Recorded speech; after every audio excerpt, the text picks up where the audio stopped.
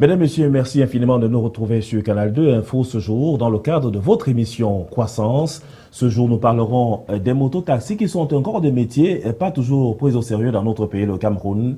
Même si le président de la République, son Excellence Paul Biya, a indiqué clairement que c'est une profession à laquelle il faudra apporter beaucoup de soutien et d'encadrement. D'ailleurs, c'est une invite à l'endroit des pouvoirs publics et même du gouvernement de la République à apporter plus de consistance à la mise en pratique, à l'application des règles qui régissent le fonctionnement de ce métier-là. Justement, pour parler de ces mototaximens qui ont besoin de cet encadrement de manière particulière, nous avons fait venir sur ce plateau Ferdinand Fongan.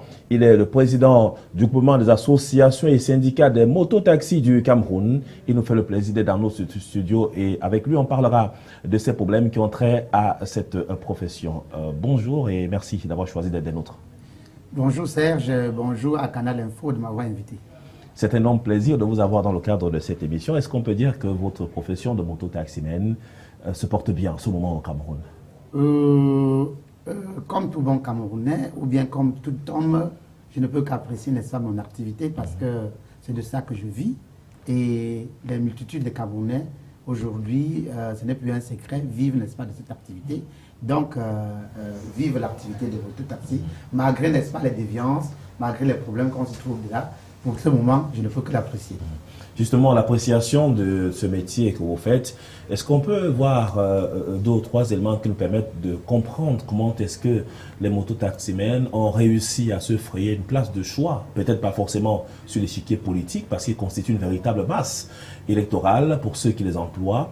Comment est-ce qu'on en arrive à cette profession? En fait, arriver, n'est-ce pas, à la profession de mototaxi n'a jamais été un choix de manière directe. On va trouver, n'est-ce pas, dans ce corps les défalqués de la fonction publique, des chômeurs, des personnes qui ont pour métier maçon, menuisier, mécanicien, tant d'autres, mais pour peur que leur activité principale ne fonctionne plus, ils ont préféré, n'est-ce pas, rechuter, n'est-ce pas, dans cette activité secondaire pour essayer de vivre, parce que la vie n'appartient pas à ceux qui croisent les mains, c'est en faisant qu'on peut mieux et puis qu'on peut survivre. Et justement, cette survivance a créé beaucoup de confusion au sein de l'autorité. À une certaine époque, on pensait que les mototaximens devaient véritablement jouer le rôle qui est celui du transport pour suppléer à cette situation difficile que les Camerounais ont connue dans les années 1990. Ça fait quand même 26 ans aujourd'hui. Est-ce qu'en 26 ans d'existence, vous avez l'impression que les choses ont avancé dans la pratique de cette profession au Cameroun? Je vais avouer que pour exercer toute activité, il faut d'abord, n'est-ce pas, mériter une formation. Et je pense que beaucoup arrivent, n'est-ce pas, de manière hasardeuse et ne passent pas par l'angle droit qui est la formation.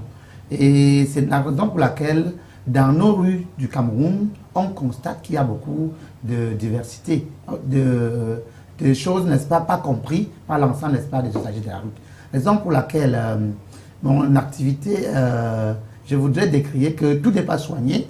Il faudrait, n'est-ce pas, que ça se soigne. Parce qu'en 26 ans, si aujourd'hui on trouve, n'est-ce pas, des hécatombes, comme ce qu'on a constaté ici à Douala, au niveau, n'est-ce pas, de la ELF, ça veut dire que les gens n'ont pas encore compris. Ça veut dire que la plupart, n'est-ce pas, des personnes ne savent pas déjà ce que c'est que la voie publique, comment partager la voie publique. Et c'est en suivant, n'est-ce pas, une formation sur le code de la route. Justement, on va venir sur les problèmes de formation. Nettement. Je voudrais qu'on reste un peu dans la pratique de cette profession de manière terre à terre. Est-ce qu'on peut dire aujourd'hui également que le métier de mototaximen, est-ce un métier ou alors simplement de la débrouillardise? En fait, parlant d'un métier, je voudrais comprendre que la loi a déjà cadré la profession, n'est-ce pas, de mototaxi. Parlant de métier, je voudrais comprendre que par rapport, n'est-ce pas, au transport, comme les autres modes de transport, nous avons une grille tarifaire. Or, nous n'en avons pas, puisque c'est à la discussion entre le client et le mototaximan qu'on peut se faire un prix. Il n'y a pas un tarif. Donc, la loi de commerce, déjà, ne nous reconnaît pas déjà en tant qu'une profession qualifiée. Donc, nous les exerçons, nous acceptons, parce que nous sommes sortis d'un hasard.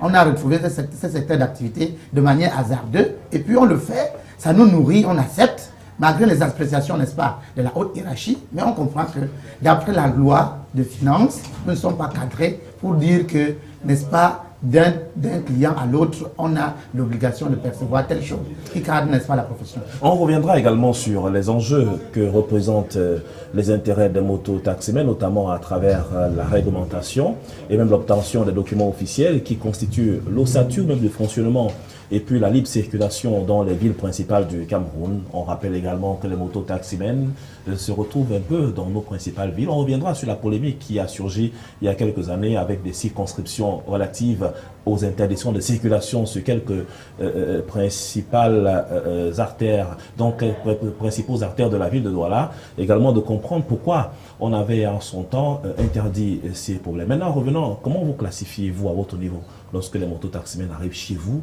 Vous réussissez quand même à les classer par catégorie. Est-ce qu'ils sont tous pareils? Est-ce que tout de suite vous encadrez en leur donnant des motos? On reviendra bien entendu au terme de cette question sur la formation. Je vais dire que la venue des motos au Cameroun est partie, n'est-ce pas, de beaucoup de types. À l'époque de 90, il y avait des motos appelées motos dames qui n'avaient pas, n'est-ce pas, de levier de vitesse. Je voulais dire d'embrayage. Et après ça, on a appelé d'autres, les Suzuki 50, qui venaient, n'est-ce pas, du Japon.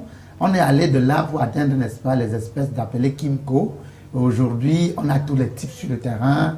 Je ne voudrais pas citer les noms des importateurs pour raison de publicité. Donc, dans notre secteur aujourd'hui, on a plusieurs catégories allant de moto 50, moto 100, moto 125, moto 150. D'autres même, on appelle la Hummer. Ça dépend des styles de moto. Donc, aujourd'hui, ça dépend de celui qui veut et il choisit, n'est-ce pas, la qualité de moto qu'il veut pour que ça facilite, n'est-ce pas, l'exercice de son activité. Voilà, lorsque quelqu'un commence à exercer dans ce secteur-là, est-ce qu'il vient d'abord vous rencontrer? Quels sont les conseils?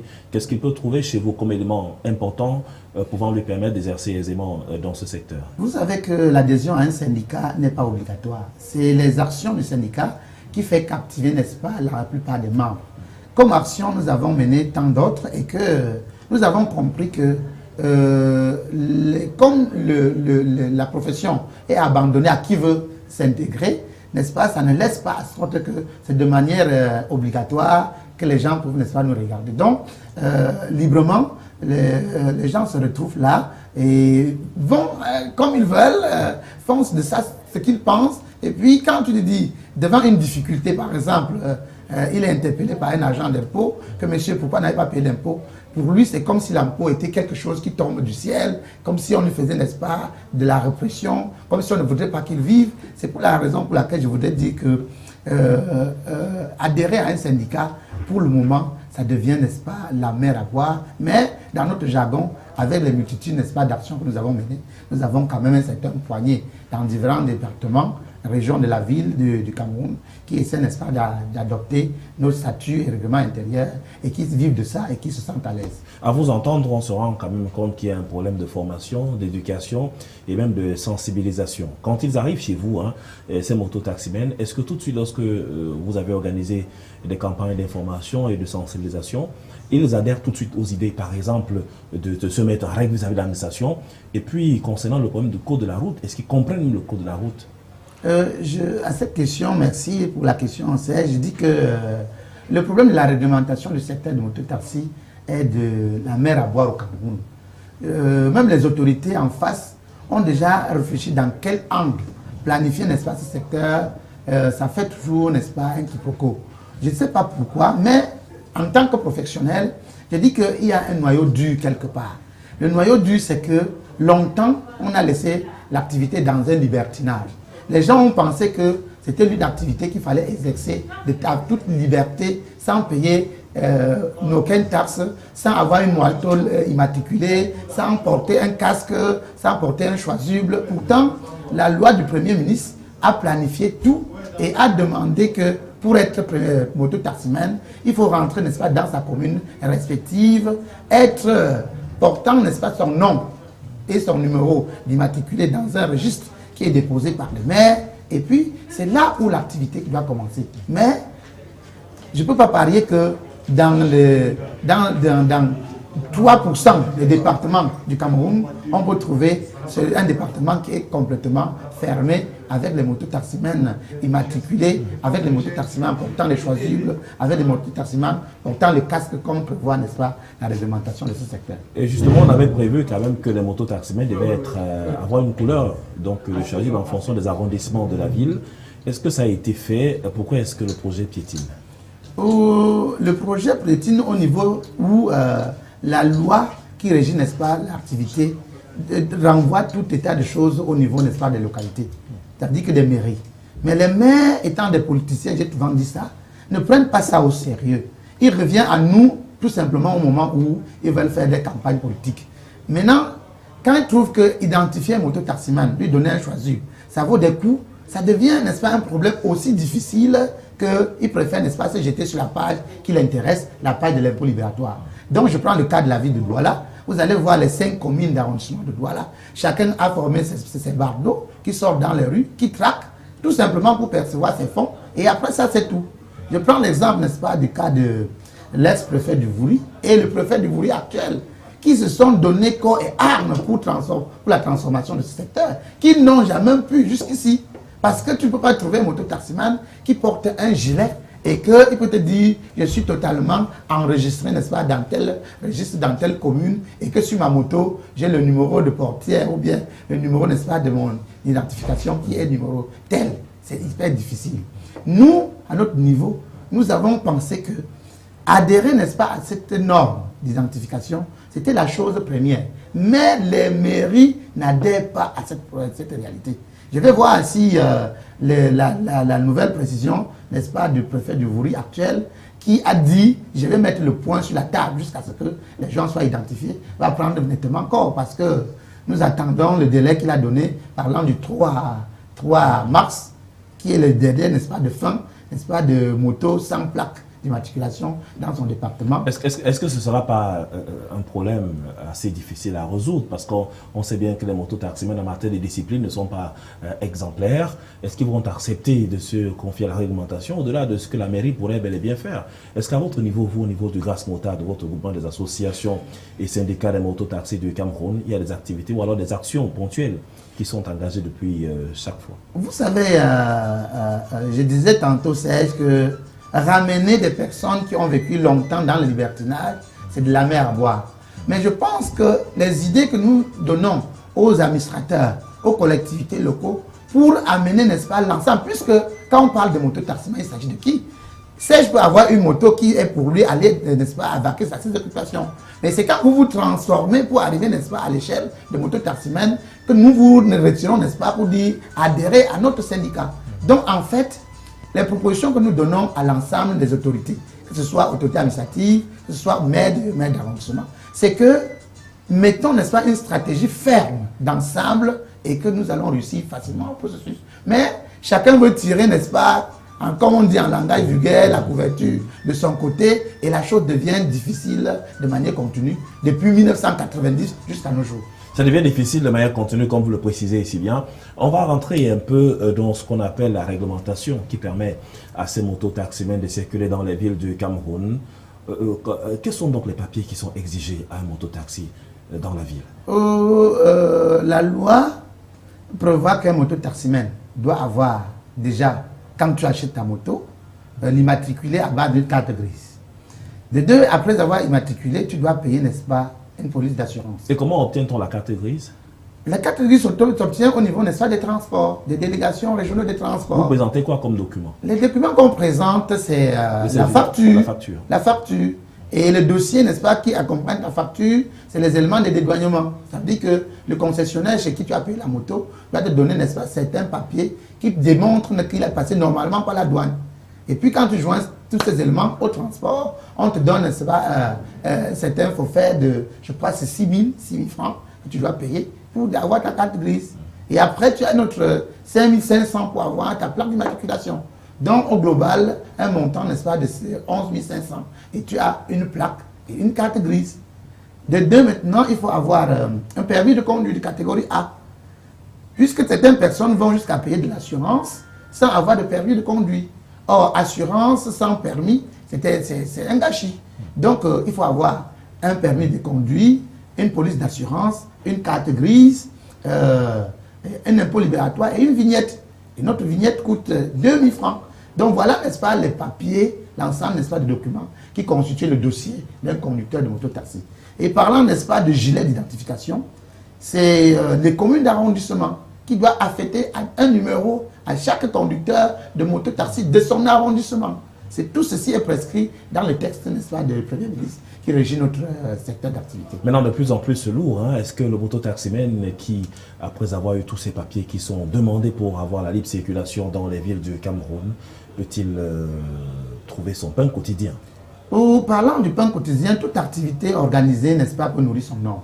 La difficulté que nous rencontrons, c'est qu'on ne sait plus qui est mototaximène et qui ne l'est pas. Je prends le cas de dire, bon, Serge a payé une moto, il doit se rendre à Canada International, Canada Info. Maintenant, au cours du chemin, il trouve son ami qui est en train d'aller sur le même route que lui, il doit le transporter. Qui doit savoir s'il a contribution de quelque chose ou pas. C'est de ce coup que nous vivons tous les jours. Et ça nous fait diminuer. Raison pour laquelle payer même tous ces papiers devient de la mer à boire. Parce que tu trouves, n'est-ce pas, qu'il y a une concurrence terrible sur le terrain. Raison pour laquelle aujourd'hui, quand il faut dire mototaxi, il s'agit de qui? C'est pourquoi nous bagarrons pour que les gens se transforment, prennent la corrélation, n'est-ce pas, de l'activité de manière normale, pour que nous soyons contents de dire, dans la ville de Douala, il y a 90 000 motos, et ces motos sont des mototaximans vrais, ou bien des personnes qui sont appropriées des motos pour vaquer, n'est-ce pas, à des occupations. Vous ne pouvez pas croire que les gens qui arrachent des femmes, des sœurs de femmes, sont des mototaximans. Vous ne pouvez pas croire que les gens qui se montent sur les motos pour aller braquer dans les banques sont des mototaximans. Je peux en citer autant. Mais tout ceci, on considère en un temps record que mototaxi, dès qu'il y a une faute. Donc voilà, c'est pourquoi nous décrions tous les jours qu'il faut la transformation de ce secteur, qu'on sait qui est mototaximan et qui ne l'est pas, pour qu'enfin on sait vraiment à qui le tort, à qui fait quoi. On sait que généralement dans les villes qui se respectent, hein, celles qui sont ancrées dans un développement participatif avec les populations très engagées, on sait que la prolifération également des motos n'embellit pas totalement la ville. C'est d'ailleurs l'un des combats des pouvoirs publics au Cameroun. Il est question de les circonscrire encore davantage dans des zones où il y aura moins de nuisances. Vous avez indiqué tout à l'heure avec un chiffre assez fort en parlant de 90 000 mototaximènes rien que pour la ville de Douala. C'est énorme. Est-ce qu'à ce moment-là, on ne peut pas parler de débrouillardises? Est-ce que ce ne sont pas les débrouillards qui sont pour la plupart derrière ces mototaxis? Et comment comprendre ce nombre de plus en plus croissant? À une époque, on était à 50 000, maintenant on est à 90 000. Forcément, on va dépasser le cap des 100 000 très bientôt. Je ne veux pas enlever ce mot débrouillardise, Serge, mais je crois que qu'est-ce qui te permet de parler de la débrouillardise? C'est parce qu'on ne parvient pas à dénombrer même. Quand je parle de 90 000, c'est ceux qui ont pu payer les impôts libératoires. Puisque sur quelle base tu vas pouvoir donner un chiffre concernant les motos de taxi? Donc ce sont ceux qui ont payé l'impôt libératoire dans les mairies, qu'en allant de mairie 1 jusqu'à 5, que tu puisses dire, bon, ok, on a un chiffre, n'est-ce pas, de 90 000. Or, on peut aller même de plus. Mais attends, la concurrence permet que tu puisses dire que c'est la débrouillardise. Puisqu'on ne sait pas qui est mototaxi et qui ne l'est pas. Puisqu'on ne sait pas qui arrache la femme, les sacs de femmes, ou on ne sait pas qui fait quoi dessus la moto, on ne sait pas. Et puis, que ce soit le syndicat, que ce soit, n'est-ce pas, les autorités, nous nous trouvons tous dos au mur. Pourquoi? Parce que le temps mis pour revenir, n'est-ce pas, à chercher parler de la réglementation, ou à trouver, n'est-ce pas, la difficulté qui se trouve, n'est-ce pas, au corps de l'activité, il en est de trop de temps qu'on a laissé, et les gens ont cru que c'était un libertinage total, c'était un secteur qu'il faut le faire à son gré, à sa volonté, à sa manière. Même si on prend le sens contraire de rue, parce que regardez le cas, n'est-ce pas, du carrefour école publique, quand vous partez du feu rouge, les gens viennent totalement au sens contraire, sur les yeux des policiers, sur les yeux des gendarmes, sur les yeux de l'autorité administrative, sur les yeux du syndicat, sur les yeux de la population. Mais alors, comment vous ne pouvez pas qualifier, n'est-ce pas, ce secteur de débrouillardise, puisque chacun fait ce qu'il veut pour en trouver un pain quotidien? Mais à qui la faute? Mais est-ce que ce n'est pas aussi un aveu d'échec à votre niveau, vous les syndicats, d'avoir échoué? Parce que parmi ces personnes qui ne respectent pas le tracé mis en place par les pouvoirs publics, il y a forcément vos adhérents. Oh, il y a nos adhérents. Attendez, mais Serge, je parle de 90 000 dans la ville de Douala. Mais attendez, vous croyez que Monsieur Fongan, président national, attendez, Monsieur Fongan, président national du Grâce Mota, peut faire quoi? Attendez, je n'ai aucune force.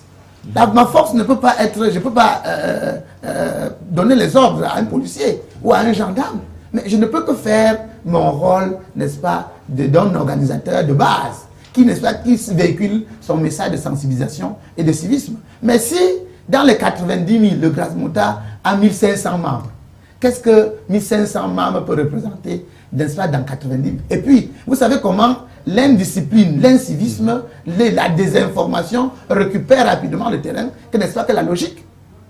Le pouvoir public, les forces de l'ordre, l'autorité administrative qui a tout, qui est garant des biens et des hommes, qui peut mettre, n'est-ce pas, la police, la gendarmerie, même les forces armées, pour que la ville revienne à l'ordre. Mais attendez, quand vous parlez, n'est-ce pas, d'un syndicaliste, vraiment, je pense que vous avez pensé plutôt que je me remplace le préfet, ou bien que je remplace le gouverneur, ou bien que je remplace le commissaire central, ou bien le commandant de compagnie ou du groupement. Donc, chacun devait, n'est-ce pas, se mettre, toute cette équipe devait se mettre logiquement, normalement sur une stratégie et démontrer que nous voulons que cette ville se transforme. Et parlant, n'est-ce pas, de la transformation via les mototaxis, je pense que ça va toucher toutes les couches et puis notre ville, ce sera comme un paradis. Justement, en parlant, restons au niveau des responsabilités qui sont aussi celles de l'administration publique. On n'a pas de pistes cyclables au Cameroun.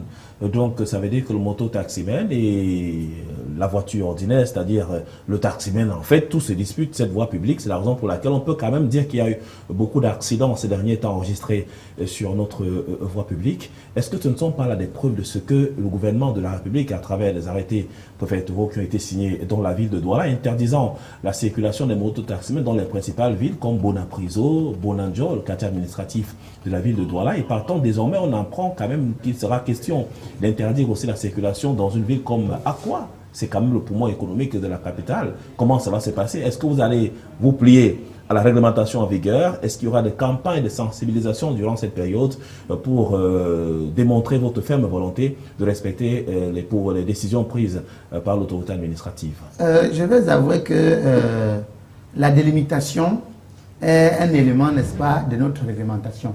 Mais nous avons été butés sur un problème dans la ville de Douala. La réglementation prévoit que les mototaxis doivent circuler en périphérie urbaine et en zone rurale.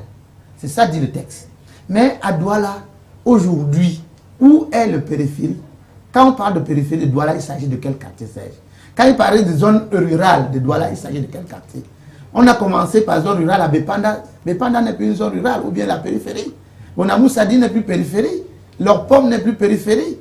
Donc moi je pense que pour planifier, n'est-ce pas, ce problème, nous avons choisi, heureusement, le quartier administratif qui est Bonadjo. Heureusement, notre quartier administratif qui est Bonapriso. Alors, si de manière évolutive, on peut parler d'Aqua, tant mieux. Mais il y a un problème. Le problème, c'est que nous n'allons pas mettre la charrue avant les bœufs. Nous voulons réglementer un secteur pourvoyeur d'emploi et d'économie.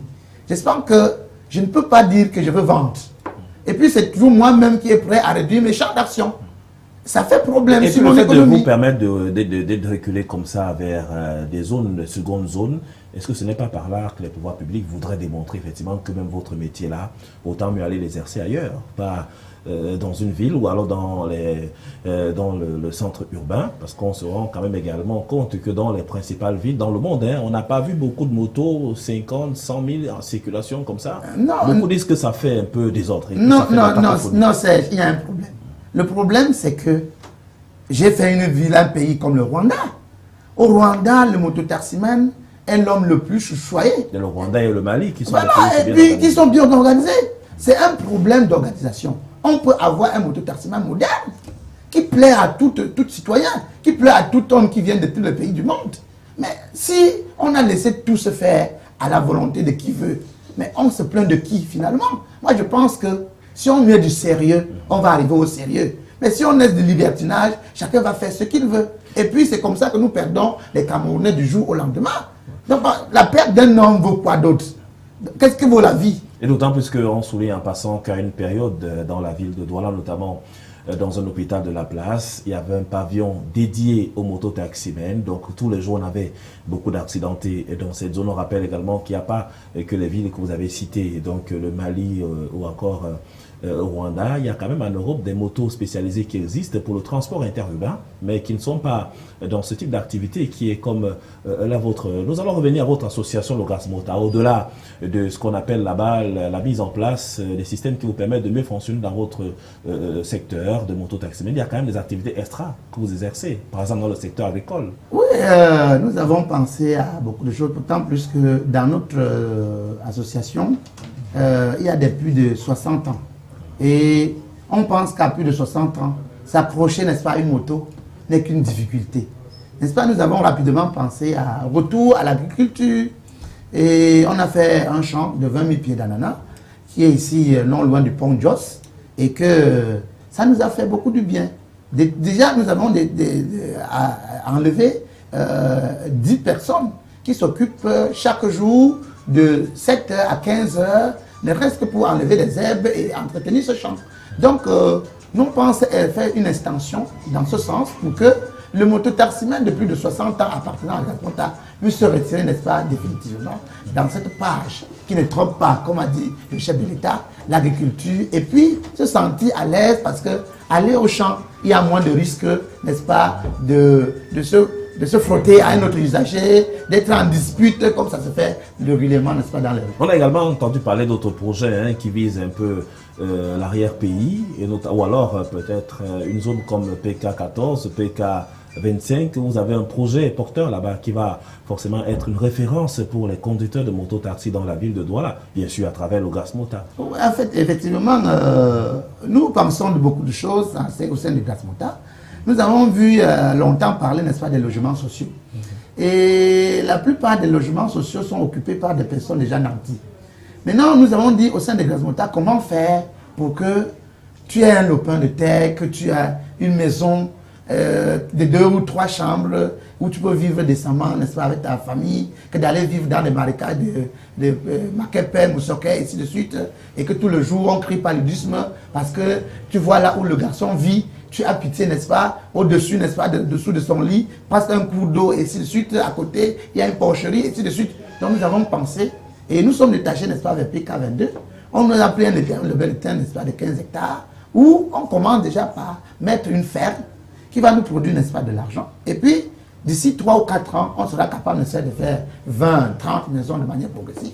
Et puis, nos cotisations de tout le jour, qui est de 200 par membre, va permettre que quand on dégage, n'est-ce pas, cette page, n'est-ce pas, de construction de logements sociaux, qu'on ne soit pas buté parce que si on pense toujours que c'est le gouvernement qui doit tout faire, on fera quoi, jusqu'où? Maintenant, nous avons pensé que nos petits 10 francs que nous ramassons dans les rues pourra nous aider et qu'avant d'atteindre le cap de 60 ans, que tu sois au moins chez toi et que tu sois content de dire voici ce qu'à travers notre association nous avons pu faire. Donc voilà nos ambitions. Et à travers également cela, on donnera raison à ceux qui vous ont fait confiance et ceux qui ont dit que c'était une profession qu'il fallait effectivement encadrer. Tout à fait. Ferdinand Fongan, c'était un plaisir de vous avoir dans ce studio pour cet entretien économique essentiellement basé sur la profession de mototaximène dans la ville de Douala avec une loi établie par les pouvoirs publics, notamment le premier ministre du gouvernement qui encadre dans tous ces sens ces professions. On sort de cet entretien, un dernier mot avant de nous quitter. Oui, je voudrais dire merci à Canal Info et merci, n'est-ce pas, à nos heureux membres, n'est-ce pas, du gouvernement, je vais le dire, qui pensent que relayer le message du chef de l'État est la bienvenue. Je voudrais, n'est-ce pas, citer l'actuel préfet du Vouri qui, à la fin d'année, a offert, n'est-ce pas, la formation de 200 permis de conduire. Pour la transformation, vous savez, quand un homme n'est pas formé, vraiment, il n'est pas très utile.